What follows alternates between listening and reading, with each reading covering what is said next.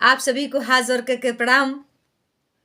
मैं जया भारत जिला संत कबीर नगर से आज मैं अपने चैनल जया भारत क्रांति पर मैं गांव-गांव चल करके देश बचाओ अभियान के तहत आज लोगों को जागरूक कर रही हूं। अब आज अपने चैनल पर भी आप लोगों को बताना चाहती हूं कि आप सभी लोग सजग रहो, जागते रहो, जागरूक मतदाता बन करके, क्योंकि लोकतंत्र का और चुनाव का बिगुल बज चुका है। आप लोगों के बीच में तमाम ऐसे लोग आने का काम करेंगे जो 5 साल तो नहीं आए, चुनाव जीतने के बाद आप बुलाते रह गए, लेकिन अब वो आएंगे बिना बुलाए, नए नए मेहमान और तमाम रूपों में आने का काम करेंगे। तमाम तरह से आपके बीच में आकर के तमाम जुमला, तमाम नए नए फंड, तमाम अपने चुनाव के घोषणा पत्र लेकर आपके बीच में आने का काम करेंगे। तो मैं आप लोगों से हाथ जोड़ करके यही कहना चाहती हूँ, आप लोग इस लोकतंत्र और इस भारत माता को सम्मान के रखते हुए ऐसे शख्स को चुनिए जो आपके हमारे बीच में हमेशा मौजूद रहे। किसी पार्टी का हो, मैं किसी पार्टी की बात नहीं करूँगी।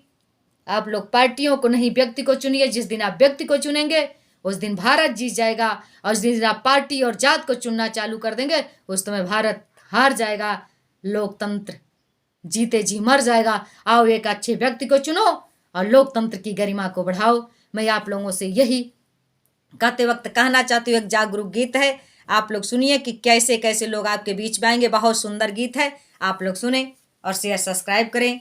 सुनिए, जागरूक मेरे देश के मतदाताओं आप लोगों के बीच में समर्पित है।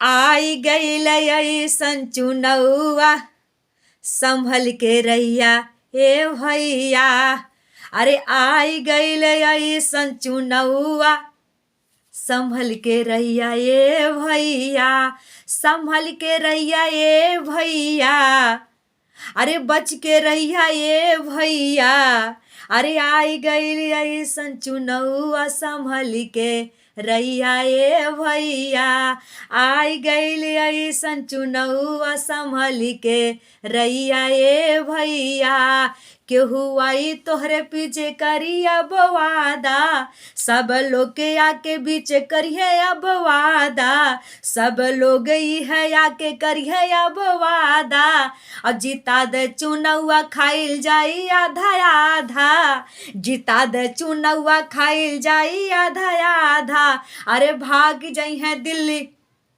अरे भाग जाई है दिल्ली तत्काल संभल के रैया ए भैया, भाग जाई है दिल्ली तत्काल संभल के रैया ए भैया, संभल के रैया ए भैया, अरे भूल जाई है अपन ये वादा संभल के रैया ए भैया, भूल जाई है यह सब वादा संभल के रैया ए भैया, केहू आई यही करी है सब वादा, केहू आके करी है यह सुन ले अब वादा, अब जितावा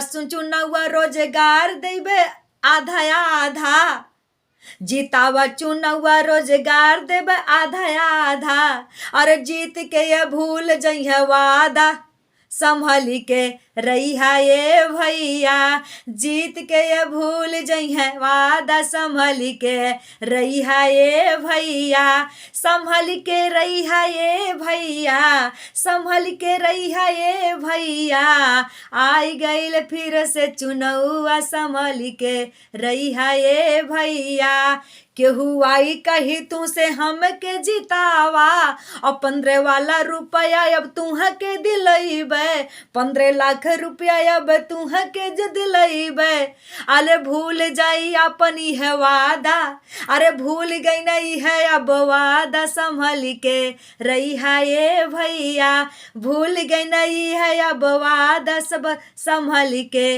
रैया ए भैया, संभल के रैया ए भैया, संभल के रैया ए भैया, आई गईल फिर से चुनौआ संभल के रैया ए भैया, केहू आई तू से करी है अब वादा, केहू आई तू से करी है वादा, अब किसान लोगन का आय करब दुगना वादा, किसान लोगन का आय करब दुगना वादा। अरे जीतले पे, अरे जीतले किसान पे, अरे जीतले किसान पर चलाई है, अरे जीतले किसान पर देखई है डंडा ए भैया। जीतले किसान के ये, अरे जीतले किसान के भूलई है वादा ए भैया। जीत जई है भूल जई है वादा, संभल के रहिया ए भैया, संभल के रहिया ए भैया, संभल के रहिया ए भैया। आई गईल फिर से चुनौआ, संभल के रहिया ए भैया। रोवत बाटिन देख के इनके भारत माता, जब ये आ रहे हैं तो भारत माँ रो रही है इनको देख करके, इन बहरूपियों को। रोवत बाटिन देखा भारत माता, संभल के रहिया ए भैया। अरे संभल के रहिया ए भैया, संभल के रहिया ए भैया। रोवत बाटिन देखा भारत माता, संभल के रहिया ए भैया। अरे संभल के रहिया ए भैया। ऐसन व्यक्ति के तू ते अब देता अब जिताई, और भारत माता के जे ही झंडा ऊंचा कर दे भाई। अरे फिर से करें भारत के गुलजार वादा, संभल के रहिया ए भैया, संभल के रहिया ए भैया। आई गईल ऐसन चुनौआ, संभल के रहिया ए भैया। आई गईल फिर से चुनौआ, संभल के रहिया ए भैया। भूल जइहा ई लोग वादा, संभल के रहिया ए भैया। किसान नौजवान सब हुई है अब लाचार हो, अब बदवा में कुछ नहीं कई पैबा जब बनाईली है सरकार हो। बदवा में कुछ नहीं कई पैबा जब बनाईली है सरकार हो। अरे भूल जइहा ये सब वादा, संभल के रहिया ए भैया। आई गईल फिर से चुनौआ, संभल के रहिया ए भैया। यह हम जुमला वाले, अरे इनका हो जाई सब जुमला वादा, संभल के रहिया ए भैया। ये न कहे सब जुमला वादा, संभल के रहिया ए भैया। आई गईल फिर से चुनौआ, संभल के रहिया ए भैया। आई गईल फिर से चुनौआ, संभल के रहिया ए भैया।